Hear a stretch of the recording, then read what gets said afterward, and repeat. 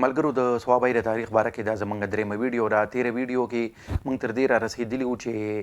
کله د مغولو ړومبي بادشاه ظهیرالدین بابر هندوستان باندې د حملې اراده وکړه او د افغانستان نه هندوستان ته راته. نو تاسو ته دې دا معلومه وي چې په دغه زمانه کې د هندوستان او افغانستان په منځ کې چې کومې لارې وي چې خلک په تګ راتګ کو، نو هغې کې یو ډېره مصروفه لاره د هنډ پر مقام باندې به خلکو اباسین کراس کو او دې طرف ته به راړېدل. بابر بادشاه ته معلومه وه چې ړومبی کله راځي نو د یوسفزو په علاقه به تېرېږي، نو هندوستان باندې به حمله کوي. نو هغه دا پلانینګ وکړه چې یوسفزو سره دې روغ وکړي، نو جرګه یې وکړه. د دې علاقې یو مشر ملک شاه منصور بابا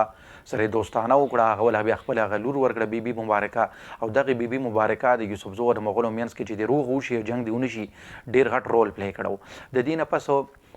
بابر بادشاه خو به مخکې باندې لاړ او 1526 کې د دلی تخت قبضه کو. 4 کاله پس چې په کم کال باندې 1530 کې بابر بادشاه وفات شو، هم په دغه کال باندې دلته کې د یوسفزو مشر ګجو خان بابا جوړ شو. د ملک احمد خان نه پس ګجو خان بابا مشر شو. ګجو خان بابا چې اوس یې مزار په ګجوانو ډیری کې د ګجو خان بابا اولاد نن سبا د صوابۍ د سلیم خان او د کلابټ په کلو کې آباد دی. نو دغه ګجو خان بابا خو زموږ د علاقې سړی و، نو دا په دغه دور کې موږ دا ویلی شو چې په ټوله علاقه باندې حکومت د صوابۍ د خلکو. نو ګجو خان بابا دا ټوله پښتونخوا چې اوس کومه ده، بلکې د پنجاب د اټکه د میاوالي دا ضلعې دا یې ټولې قبضه کړي او د یوسفزو یو لوی سلطنت یې جوړ کړو. نو په دغه علاقه کې د یوسفزو د دې مغولو نه د هندوستان نه آزاد د خپل سلطنت و. د ګجو خان بابا د مرګ نه پس ملک مصری خان د یوسفزو مشر شو او 1540 کې هلته کې په تخت باندې یو پښتون بادشاه شیرشاه سوري کېناستو. نو بیا خو د مغولو د پښتنو له جګړې ودرېدي چې هلته هم پښتون بادشاه شو. نو په دغه دور کې وایي د صوابۍ ابن مردان دا سړک د جي ټي روډ دا شیرشاه سوري جوړ کړي دي، او دلته کې ملک مصری خان هم د ایریګیشن راپاشای دپاره ځای په ځای ډنډونه جوړ کړي. نو دغه دور لکه زموږ د دې علاقې دپاره د ترقۍ یو دور و، د امن دور و. د دې نه پس څه وشو؟ نو د دې نه پس بیا د ملک مصری خان نه پس چې کله د یوسفزو مشر کالو خان شو، نو هغه هم تاسو ته معلومه یو، تاسو ته په ډېرو خلکو ته پته ومي چې کالو خان بابا خو هم د زموږ د دې علاقې سره تعلق لرو، او د هغه په نوم باندې څوک دې سره اختلاف کوي چې دا کالو خان کلی د هغه په نوم دی، څوک وایي چې نه دی. خو هر څه چې دی او دغه مزار هم دلته کې دی، په صوابۍ کې دی. نو دغه زمانه کې چې کله کالو خان مشر و، نو په دغه زمانه کې موږ مخکې یو ویډیو کې ویلي وو چې پیرروخان بابا د پښتنو د وطن د ازادۍ دپاره د مغولو خلاف چې هلته کې اکبر باچا په تخت باندې ناست و، تحریک شروع کړو او بیا جنګونه وشو. نو په هغې کې د مشهور د بونیر کې چې کوم جنګ شوی دی د 1585 یا د 1586 ده، چې هغې کې کالو خان بابا د یوسفزو دا د ټولې صوابۍ دا ډله چې کوم ده نه دی لیډ کړې وه، او هغې جنګ کې مغولو ته ډېر عبرتناک شکست شوی و. د هغې 8000 فوج پکې مړ شوی او د اکبر باچا بیربل جرنیل پکې مړ شوی. نو دغه جنګ دلته کې په بونیر کې شوی و، خدوخیلو کې شوی و، او په دې کې یوسفزو بری ترلاسه کړی. د دغې جنګ نه یو کال پس یا د کال نه هم کمه موده تېره شوې وه چې د پیرروخان بابا په سره په قیادت کې د پښتنو او د مغولو یو بل جنګ وشو. دلته کې په ټوپای کې دغه جنګ شوی او په دغه جنګ کې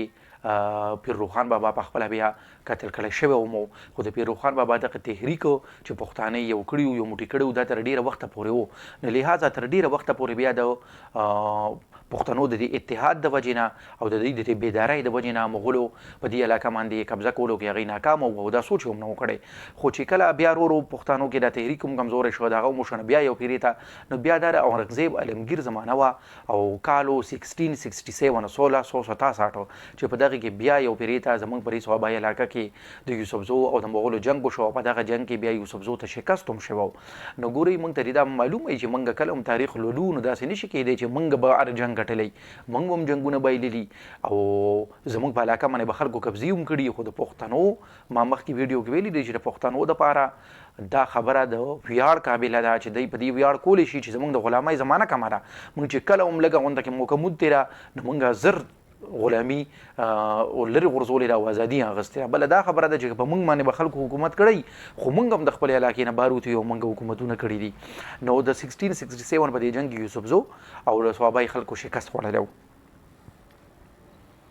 بیا دا چې کله د ایران نه نادرشاه راوچت شو او هغه په ټوله علاقه باندې قبضه وکړه نو په دغه زمانه کې بیا هغه په هندوستان چې کله قبضه وکړه په افغانستان یې قبضه وکړه نو نادرشاه په دغه زمانه کې د صوابۍ دا علاقه د ایران د سلطنت حصه جوړه شوې وه خو دا ډېر تر لږ وخته پورې وه دا 1739 او په 1747 کې چې احمدشاه بابا کله بیا د ایران او د نادرشاه خلاف